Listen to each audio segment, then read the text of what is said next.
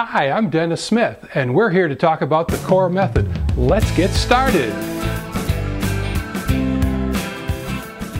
This is one of the most critical lessons about how you work. It's about what's important, it's about what's urgent, being able to tell what's important and urgent, and eliminating the distractions that pull you away from what's important and what's urgent.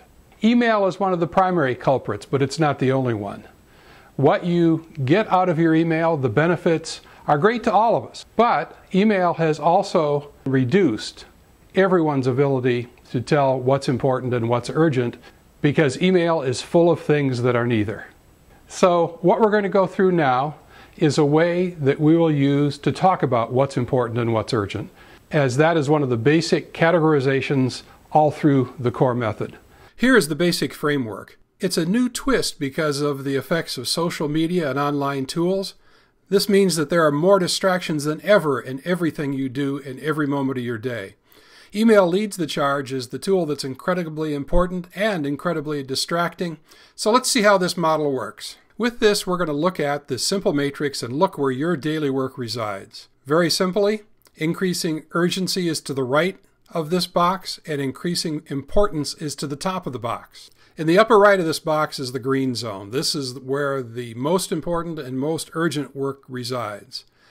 If you list out what are the most important things to get done each day, they would be written down in this box. This is what is important and urgent. This should be the work that you look to first. In CORE Method Lessons 500 and 1000, we help you identify what should be there. This is the home of effective and rewarding work. This is where you should spend most of your day. In the upper left is the yellow zone. This is the important work that you just don't get around to in the rush of everything urgent that happens during your day. Not paying attention to this work decreases your performance and also builds stress. Lessons 500 and 1000 help identify this work. Your Visual Week Lesson 510 shows you the basic tools to get focus on this work. And Lesson 520 ensures that these are at the top of your attention along with your urgent work to make sure that they get their due focus. Increasingly, it's this yellow zone work that I see that people just don't get around to anymore. They're focused on their online tools, they're servicing their email every 5 minutes, they're just not focused, and they never get to this work. Invariably, these are the things at performance review time that get mentioned as never having been completed. So, take the bull by the horns, focus on the yellow zone. The red zone is full of the work that is high urgency but not really very important. This is where email hurts. In larger businesses, this is where meetings hurt. This distracts you from what you should be doing, distracts you from what you need to do to build success. All through the CORE method and all of our lessons, we build skills to reduce these distractions and keep you focused in the green zone. And last, we have the gray zone, the lower left, the place where things that are neither urgent nor important reside. You might ask why they're on your list anyway. I certainly would. With the CORE method, we're going to help you learn to recognize the work that's in the gray zone and keep you focused on what's higher importance and higher urgency. So now let's take a look at some examples. These examples are also included in the library area of the website in a paper entitled 210, Importance and Urgency. First, let's take a look at a project leader. Some of the items in the project leader's areas of responsibilities are urgent and important for the entire duration of the project. Things such as stabilizing requirements, getting the right team, and aligning the sponsors. Other things are important but not particularly urgent early in the project, such as the testing plan, but later in the project they pick up a new sense of urgency. Looking at a small business example, the most important and urgent work for most small business leaders is to get orders, deliver product, and have enough cash around for payroll. One of the things that they'll all agree that is important, but really don't treat with any sense of urgency, is a business plan. And vendor offers and email or on the phone are neither important nor urgent, but oftentimes a phone call is exactly that vendor wasting the leader's time. What's both important and urgent for a working parent is to be visible and available at work. But right up there in contention is taking a sick child to the doctor or leaving work in time for daycare. An example of something that's neither important nor urgent usually for a working parent is attending company after-hours events. This, of course, escalates in priority if the management starts to press them to attend.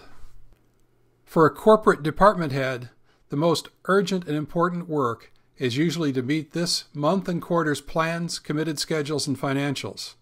An example of what's important but doesn't often have the urgency to come to the foreground are employee development, quarterly objectives reviews, and other human resources activities. And what I am told are viewed as neither urgent nor important are so many messages that come from human resource departments, or in fact most corporate communications. Now we're going to circle back to email and look at how email warps the sense of urgency of everything that's in your inbox. This false sense of urgency of the lower importance work is why email is such a huge distraction. Be it traditional junk mail or junk mail that some people in your business think is legitimate, that big inbox distracts you and keeps you from working on what's important. You need to admit that this happens. A big inbox is neither courageous nor useful. We're going to talk about strategies to prevent this and work with this in Lesson 600.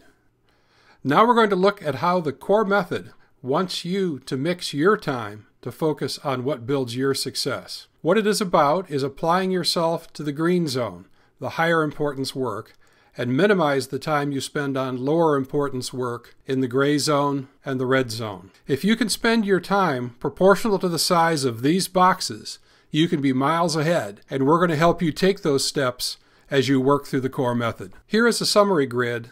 It talks about the role of each of the colored sections in your work. It shows the balance of your weekly time spent and how you should allocate it between these areas, and is just a great reminder of how to keep yourself focused. You can print a copy of this from the support materials in this section of the website. You might want to put a copy into your weekly folder or staple it on the inside of the folder, hang it on the wall, keep it at the front of your attention. This is important. We're going to talk about this many times in the coming lessons. Do you spend enough time in the green zone of those things that are both urgent and important? How much time do you spend in the red zone, working on those things that are urgent but really aren't important to your success? And one of the biggest challenges to performance that I see is people that spend almost no time at all in the yellow zone. They don't work on those things that aren't in the urgent day-to-day and get to those things that are required to make them successful as they go forward. So this is the framework. We're going to put this in the context of the overall core method. We're going to refer back to these terms and these charts as we go forward. So now I think you're ready to move on to the next lesson. And as you move forward, always think about how to operate in the green zone and how to stomp down that red zone. Let's get started.